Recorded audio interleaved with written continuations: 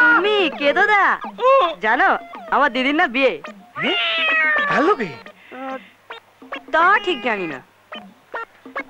এই তা দিদি রে আমার লোকে বিয়া দিবি? ছি, আমি তোমাকে আমার জামাইবাবু করবো না? ভারী এসেছে। কেন আমি মোটা দেখে জানাস আজকাল আমি রাজার মতন ডিসুম ডিসুম করি। তুমি ডিসুম ডিসুম পাতি আসে আবার ডানা ঝাপটানোর শখ। খুব পেকে গেছে, খুব পেকে গেছে।